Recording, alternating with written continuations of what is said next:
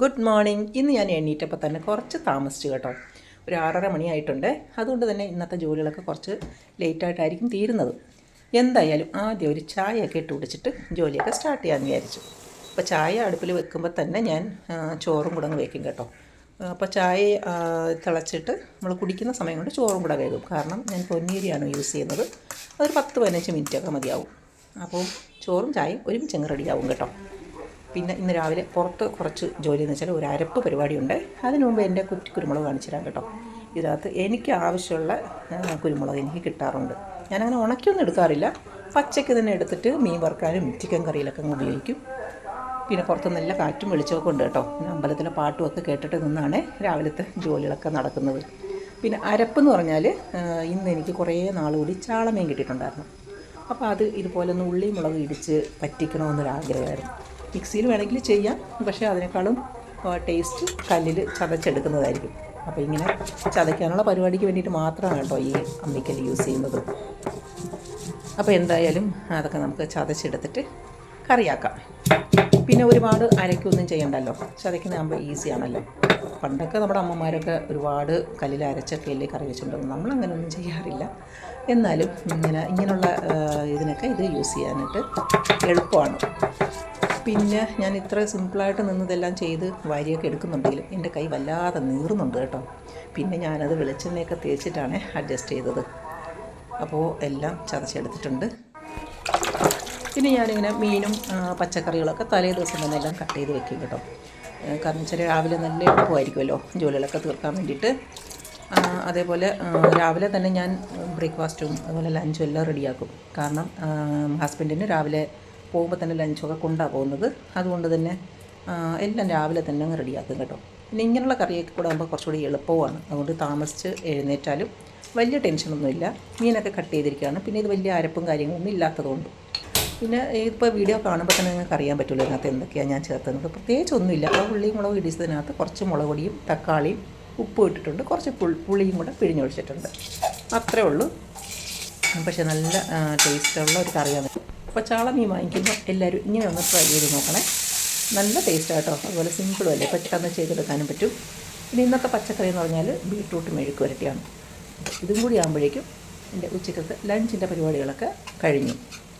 അതുപോലെ മീൻകറി കുറച്ച് വറ്റി വരുന്നുണ്ട്. ഇനി ലാസ്റ്റിൽ നമുക്ക് കുറച്ച് പച്ച വെളിച്ചെണ്ണ ഒഴിച്ചു കൊടുത്തിട്ട് അതിൽ കുറച്ച് കറിവേപ്പിലയൊക്കെ വെച്ച് സ്റ്റൗ ഓഫ് ചെയ്തിട്ട് അടച്ച് വെച്ചിരുന്നാൽ മതി. അപ്പോഴേക്കും ഇരുന്ന് വറ്റിയിട്ട് നല്ല ടേസ്റ്റായിരിക്കും. അതിൻ്റെ ഫ്ലേവറൊക്കെ ഇറങ്ങുമ്പോഴേക്കും നല്ല രുചിയും മണവുമാണ് കേട്ടോ. അപ്പോൾ മീൻ നന്നായിട്ട് വറ്റി വന്നിട്ടുണ്ട്. ഇത് നല്ല ചോറായിട്ടാണ് കഴിക്കാൻ ഭയങ്കര ടേസ്റ്റാണ്. പക്ഷേ ഇന്ന് ആറിയിട്ടേ കഴിക്കാൻ പറ്റുള്ളൂ. രാവിലെ ഉണ്ടാക്കിയതാണല്ലോ, അപ്പോൾ ഉച്ചയ്ക്ക് കഴിക്കുമ്പോൾ എന്തായാലും തണുത്തിരിക്കും. പിന്നെ രാവിലത്തേക്ക് ഞാൻ ഇടിയപ്പവും മുട്ടക്കറിയുമാണ് ചെയ്തിരിക്കുന്നത്. അപ്പോൾ രാവിലെ നമ്മൾ ഇത്രയും ധൃതി പിടിച്ച് ജോലി ചെയ്യുമ്പോൾ ഭയങ്കര ടെൻഷനായിരിക്കും. പക്ഷേ ഇതൊക്കെ കഴിയുമ്പോൾ ഉള്ളൊരു സുഖമുണ്ടല്ലോ, അതൊന്ന് വേറെ തന്നെയാണ്. അപ്പോൾ എന്തായാലും എൻ്റെ രാവിലത്തെയും ഉച്ചക്കലത്തെയും കുക്കിംഗ് പരിപാടികളൊക്കെ കഴിഞ്ഞിരിക്കുവാണ്. ഇതൊക്കെ കൊണ്ട് ടേബിളിൽ സെറ്റാക്കി കഴിഞ്ഞാൽ അടുക്കളയും കൂടെ ഒന്ന് ക്ലീൻ ചെയ്ത് കഴിഞ്ഞാൽ ഇന്നത്തെ ഫുൾ അടുക്കള പണിയും കഴിഞ്ഞു. പിന്നെ അത് കഴിഞ്ഞിട്ട് പുറം പണിയാണ്. അപ്പോൾ ഹസ്ബൻഡ് പോയിട്ടുണ്ട്. അത് കഴിഞ്ഞിട്ട് പുറത്തെ ജോലികളൊക്കെ തുടങ്ങും. ആദ്യം തുണിയൊന്ന് മെഷീനിലിട്ട് കഴിഞ്ഞാൽ പിന്നെ പോയി നമുക്ക് ചെടികൾക്കൊക്കെ കുറച്ച് വെള്ളം നനയ്ക്കണം. ഇപ്പോൾ ഇച്ചിരി ഉണക്ക് നല്ല വെയിലുണ്ട്, മഴയൊക്കെ മാറിയിട്ടുണ്ട്. അതുകൊണ്ട് തന്നെ 2 നേരം വെള്ളം ഒഴിക്കണം. മറ്റേത് രാവിലെ മാത്രം അല്ലെങ്കിൽ വൈകിട്ട് മാത്രം ഒഴിച്ചാൽ മതിയായിരുന്നു. പിന്നെ മഴയാണെങ്കിൽ പിന്നെ നോക്കുകയേ വേണ്ട. പക്ഷേ ഇപ്പം അത്യാവശ്യം നല്ല ചൂടും വെയിലും ഒക്കെ ഉണ്ട്. അതുകൊണ്ട് തന്നെ 2 നേരവും വെള്ളം ഒഴിക്കേണ്ടി വരുന്നുണ്ട് കേട്ടോ. പിന്നെ ഞാൻ ഈ ഫ്രണ്ടിലത്തേൽ മാത്രമേ ഇപ്പോൾ ഇന്ന് അത്യാവശ്യം ഒഴിക്കുന്നുള്ളൂ. പിന്നെ ബാക്കിലും സൈഡിലുള്ളതൊക്കെ മണ്ണിൽ വെച്ചിരിക്കുന്നതുകൊണ്ട് അത് വലിയ പ്രശ്നമില്ല. 2 ദിവസം കൂടുമ്പോഴൊക്കെ ഒഴിച്ചാൽ മതിയാവും.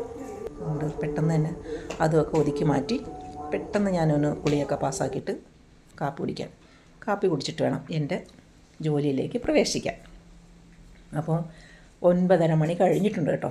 എന്തായാലും അധികം താമസിച്ചില്ല. സാധാരണ 9:30ക്കാണ് ഞാൻ കയറുന്നത്. ഇന്ന് 9:35 ആയിട്ടുള്ളൂ. അപ്പം വലിയ കുഴപ്പമില്ല. അപ്പോൾ ഇന്നത്തെ എൻ്റെ സ്റ്റിച്ചിങ് പരിപാടിയിലോട്ട് ഞാൻ കയറുവാണ്. ഇന്ന് ഞാൻ പറഞ്ഞല്ലോ 2 ബ്ലൗസ് മാത്രമേ ഉള്ളൂ. അത് ഞാൻ കട്ട് ചെയ്ത് വെച്ചിട്ടുണ്ടായിരുന്നു ഇന്നലെ വൈകിട്ട് തന്നെ ഞാൻ കട്ട് ചെയ്ത് വെച്ചതാണ്. അതുകൊണ്ട് അത്രയും എളുപ്പമായി. പിന്നെ ഇതിൽ കുറച്ച് കൈപ്പണിയുണ്ട്. കുറച്ച് ബോൾസൊക്കെ സെറ്റാക്കണമായിരുന്നു ബ്ലൗസിൻ്റെ ബാക്ക് സൈഡിൽ വെക്കാൻ വേണ്ടിയിട്ട്. അത് മാത്രമേ ഉള്ളൂ ഇപ്പോൾ രാവിലെ ചെയ്യാൻ വേണ്ടിയിട്ട് എന്നിട്ട് നമുക്ക് സ്റ്റിച്ചിങ്ങിലോട്ട് കയറാം. പിന്നെ വീഡിയോ ഒരുപാട് ലെങ്ത് ആക്കണ്ടെന്ന് വെച്ചിട്ട് ഞാൻ സ്റ്റിച്ചിങ്ങിൻ്റെ ഒന്നും കാണിക്കുന്നില്ല കേട്ടോ. അപ്പോൾ ഫുള്ള് ഞാൻ സ്റ്റിച്ച് ചെയ്ത് എടുത്തിട്ടുള്ള വീഡിയോ ആണ് കാണിക്കുന്നത്.